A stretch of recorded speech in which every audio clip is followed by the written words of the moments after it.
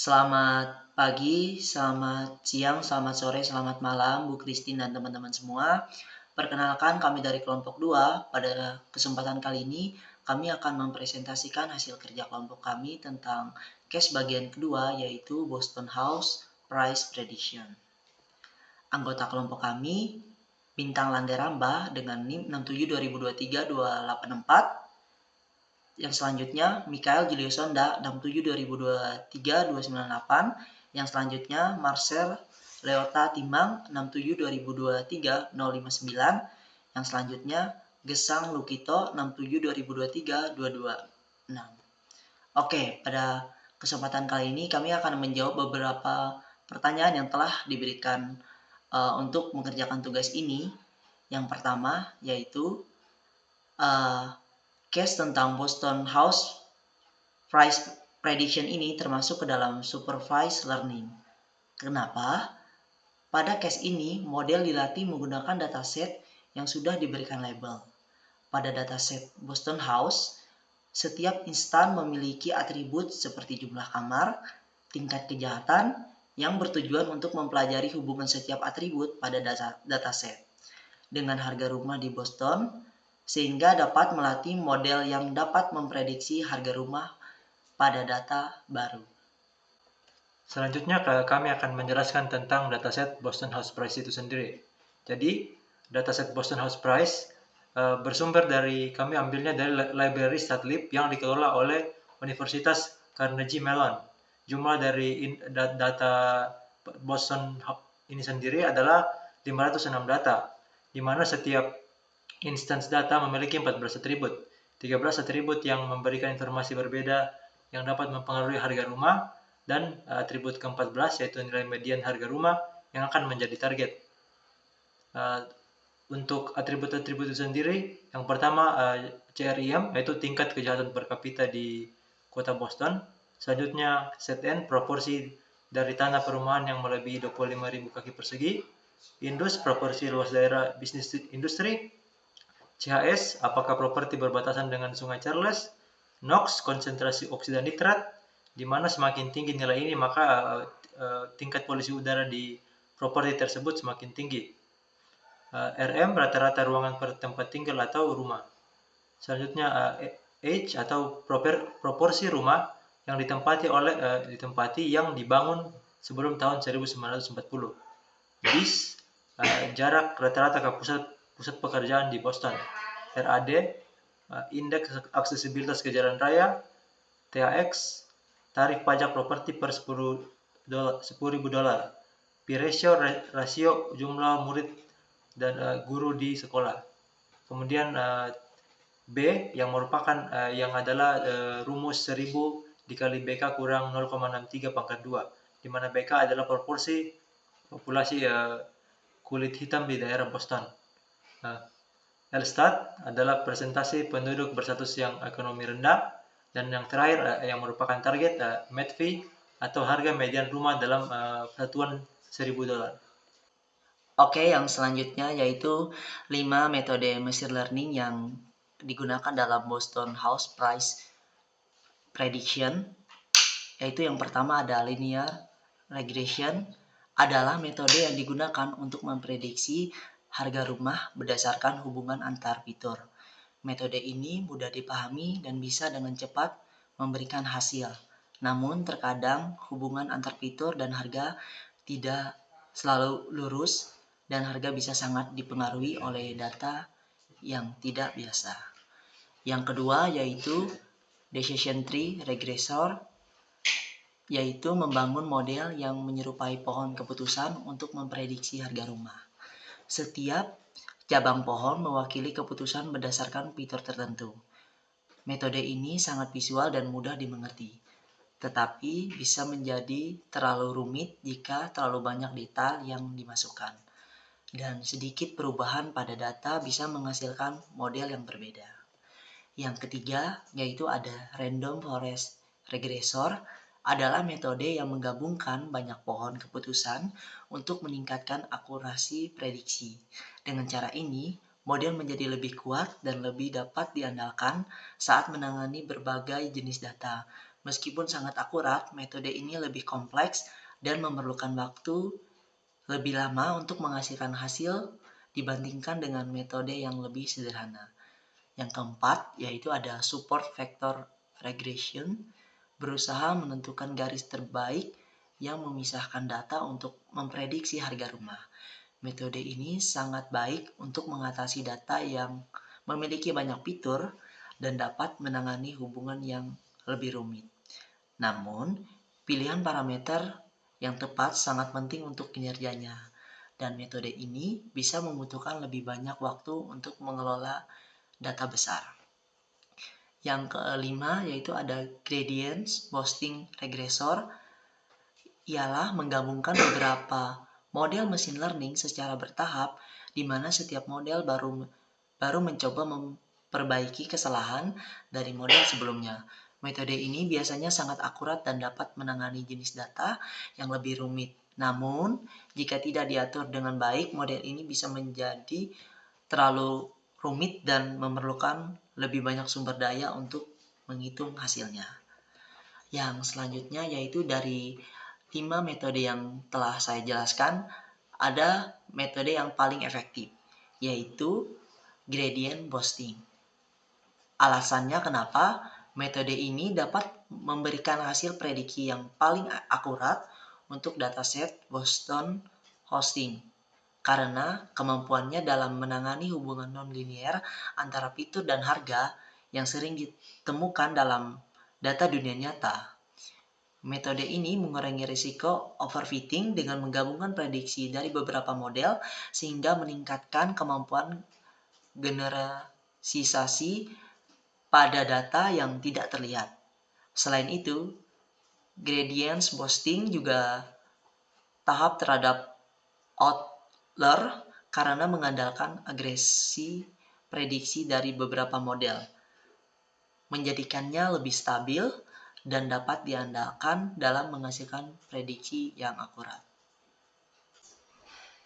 Jadi kemudian untuk kesimpulannya dari dataset Boston Housing ini, dataset Boston Housing menyediakan informasi tentang berbagai fitur perumahan di Boston, Amerika Serikat dengan tujuan memprediksi harga rumah. Fitur-fitur seperti tingkat kriminalitas, proporsi lahan bisnis, kualitas udara, dan aksesibilitas jalan raya berperan penting dalam analisis ini. Setiap fitur memiliki koefisien yang menunjukkan pengaruhnya terhadap harga rumah. Fitur yang memiliki koefisien positif menunjukkan bahwa penilaian nilai fitur berkorelasi dengan peningkatan harga. Yang atribut atau fitur yang memiliki koefisien positif yaitu ZN, CHS, RM, DIS, RAT, dan B. Kemudian fitur yang memiliki koefisien negatif berkorelasi dengan penurunan harga rumah, yaitu CRIM, Indus, Knox, H, Tax, P-ratio, dan Elstat. Dari 5 metode machine learning yang dapat digunakan untuk analisis ini adalah analisis data ini adalah linear regression, decision tree regression, random forest regression, support vector regression, dan gradient boosting regression. Masing-masing metode memiliki kelebihan dan kekurangannya, tapi gradient boosting merupakan metode yang menggabungkan beberapa metode lain dan memberikan hasil yang paling akurat dari metode-metode lainnya karena kemampuan mereka dalam menangani hubungan linear, mengurangi overfitting, dan ketahanan terhadap data yang tidak biasa. Selanjutnya, tools yang dipakai untuk mengimplementasikan codingan ini yakni yang pertama Google Colab, di mana Google Colab ini platform online untuk menjalankan kode Python langsung dari browser. Nah, Colab ini dipilih karena praktis, mudah digunakan, kemudian dapat terhubung ke Google Drive dan sudah mendukung banyak library Python. Yang kedua, Python, di mana Python ini adalah bahasa pemrograman yang digunakan di Colab. Nah, karena fleksibel dan populer untuk analisis data dan machine learning. Selanjutnya, ini ada beberapa library yang digunakan antara lain NumPy, Pandas, Matplotlib, sama Scikit. Selanjutnya yang ketiga Google Drive, di mana Google Drive ini sebagai tempat untuk menyimpan file dan data yang digunakan dalam notebook Colab, sehingga dapat mengakses data langsung dari Google Drive dan menggunakannya dalam proyek di Colab. Dan selanjutnya yang keempat ini Jupyter Notebook, di mana Google Colab adalah penerapan cloud dari Jupyter Notebook itu sendiri. Selanjutnya yang terakhir ini kelima yakni GitHub, di mana kode atau dataset yang terkait dengan proyek disimpan di GitHub sehingga dapat langsung diakses dan dimuat ke dalam Google Colab melalui GitHub AP atau URL repository tersebut. Baik, selanjutnya saya akan menjelaskan tentang library yang digunakan. Yang pertama ada Pandas dan NumPy. Pandas digunakan untuk membuat, memproses, dan menganalisis data dalam bentuk tabel data frame. Selanjutnya NumPy. NumPy digunakan untuk operasi matematis dan manipulasi array secara efisien. Yang kedua ada Matplotlib dan Seaborn. Matplotlib digunakan untuk membuat grafik dasar seperti scatter plot dan histogram. Selanjutnya, Seaborn digunakan untuk visualisasi data statistik yang lebih menarik seperti heat map, korelasi, dan distribusi error residuals. Yang ketiga ada Scikit-learn. Yang pertama ada linear regression, ada random forest regression, dan SVR digunakan sebagai model prediksi harga rumah. Yang kedua ada trend test spread, membagi dataset menjadi data latih dan data uji. Selanjutnya matriz, untuk menghitung performa model R²2, MAE, MSE, RMSE. Selanjutnya ada standard scalar. Ini digunakan untuk melakukan normalisasi pada fitur sebelum training model SVM agar dihasilkan lebih optimal. Yang keempat ada XGBoost. Ini digunakan untuk membuat model XGBoost regressor, yaitu algoritma machine learning berbasis gradient boosting yang powerful untuk regression dan klasifikasi. Selanjutnya, untuk sumber coding yang dipakai, referensinya kami ambil dari Google Colab. Terima kasih.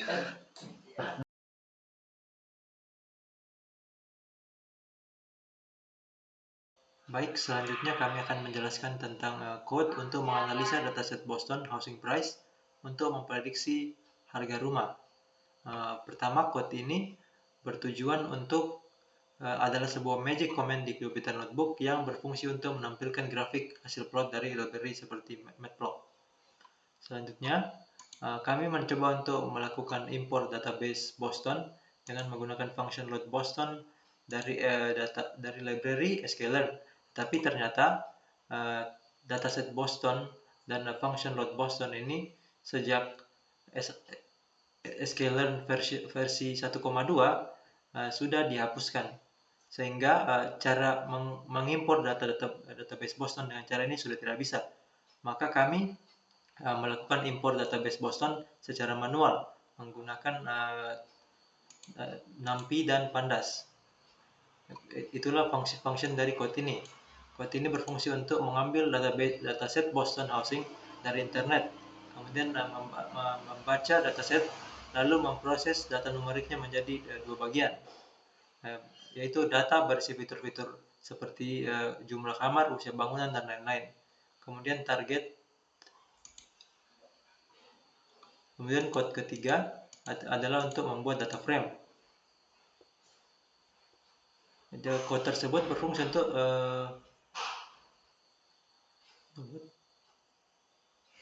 code ini berfungsi untuk menggabungkan fitur dan harga rumah ke dalam satu data frame untuk memudahkan analisis dan manipulasi data.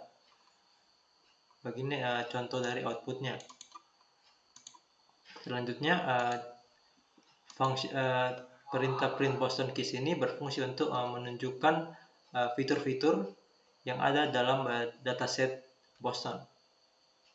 Kemudian function print DSCR ini berfungsi untuk menampilkan deskripsi dari database Boston ini.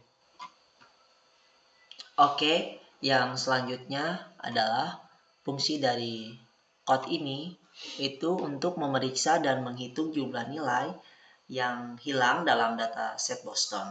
Jika hasilnya 0, berarti tidak ada nilai yang hilang. Nanti akan outputnya seperti ini. Yang selanjutnya yaitu fungsi code dari import Cbron ini berfungsi untuk memvisualisasikan distribusi harga rumah dalam dataset Boston menggunakan histogram yang dihasilkan oleh Cbron. Nanti akan outputnya seperti ini. Yang selanjutnya yaitu fungsi code ini berfungsi untuk memvisualisasikan hubungan antara fitur dalam dataset Boston, memperlihatkan bagaimana setiap fitur berhubungan dengan fitur lainnya, dan menunjukkan distribusi setiap fitur di diagonal. Tujuannya adalah untuk melihat hubungan antar fitur dalam dataset dan untuk mengidentifikasi pola atau korelasi antara variabel. Nanti tampilannya akan seperti ini. Yang selanjutnya, fungsi code ini sebagai membagi dataset menjadi set pelatihan dan uji. Dengan 70% untuk pelatihan dan 30% untuk uji. Untuk digunakan dalam model machine learning. Nanti outputnya akan seperti ini. Yang selanjutnya yaitu fungsi code ini berfungsi sebagai melatih model regresi linear dengan data pelatihan untuk memprediksi harga rumah berdasarkan fitur yang ada. Nanti tampilannya akan seperti ini.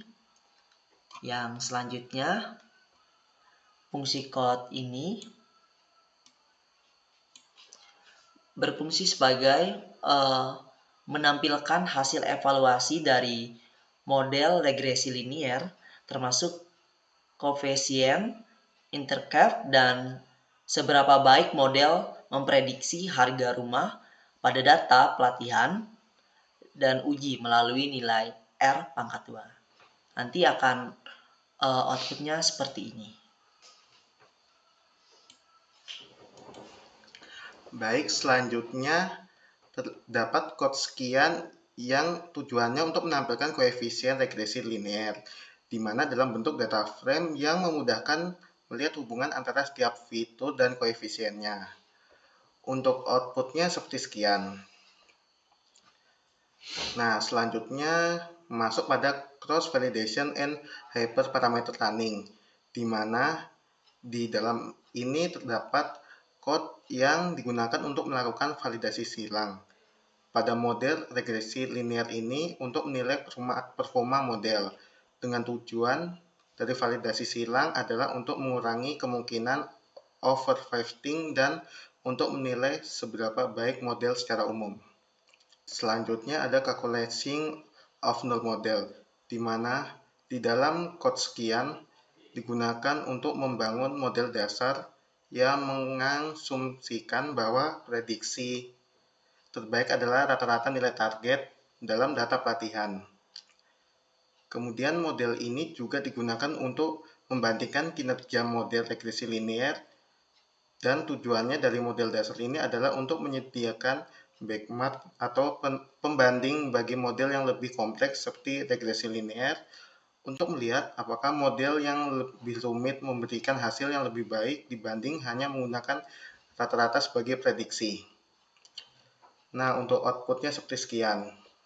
Selanjutnya kita masuk pada scaling of null model, di mana code ini digunakan untuk menghitung nilai R kuadrat pada model dasar dan model regresi linear, baik untuk data pelatihan maupun data uji.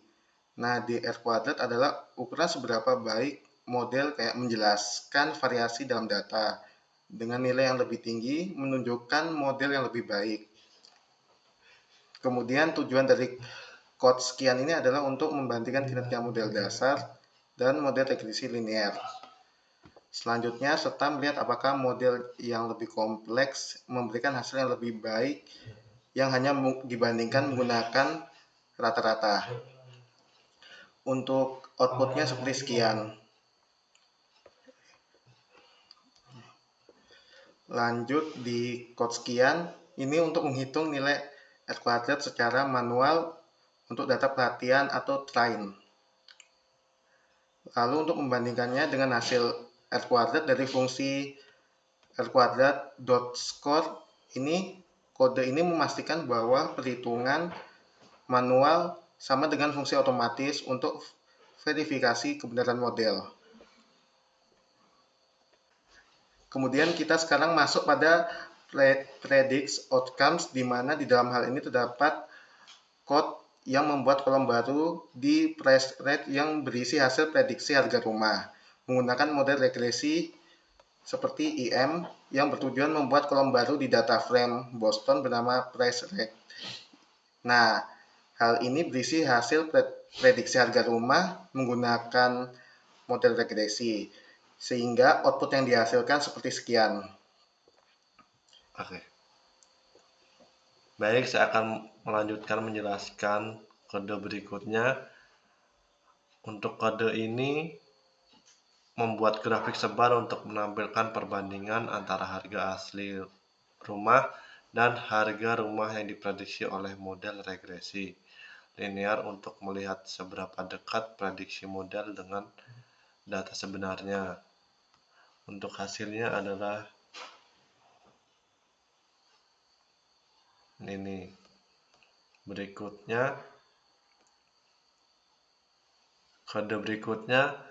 Kode ini membuat plot regresi antara harga rumah asli dan yang diprediksi menggunakan seaboard dengan tampilan yang lebih estetis dan jelas, serta menambahkan garis regresi untuk menunjukkan kecenderungan data.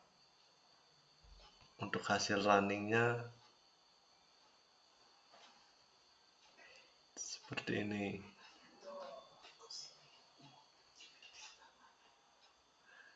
Untuk kode selanjutnya, kode ini digunakan untuk menganalisis selisih antara nilai yang diprediksi oleh modal dan nilai aktual. Tujuan dari visualisasi ini adalah untuk menilai sejauh mana model dapat memprediksi harga dengan akurat, dan untuk melihat jika pola yang jelas dalam kesalahan prediksi.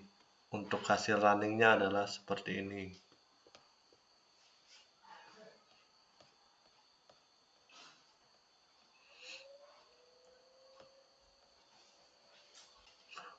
Selanjutnya saya akan menjelaskan kode berikutnya. Kode ini digunakan untuk menyimpan data frame Boston ke dalam file CSV bernama Boston CSV untuk digunakan di luar sisi Python. Untuk yang ini, kode ini menyimpan model regresi linear LM ke dalam file biner lmreg Boston P.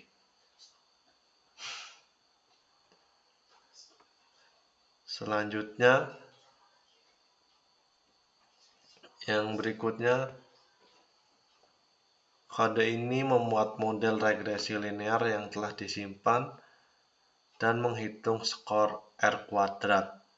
Untuk model tersebut menggunakan data pelatihan X-train dan Y-train untuk mengevaluasi seberapa baik model bekerja. Untuk hasil runningnya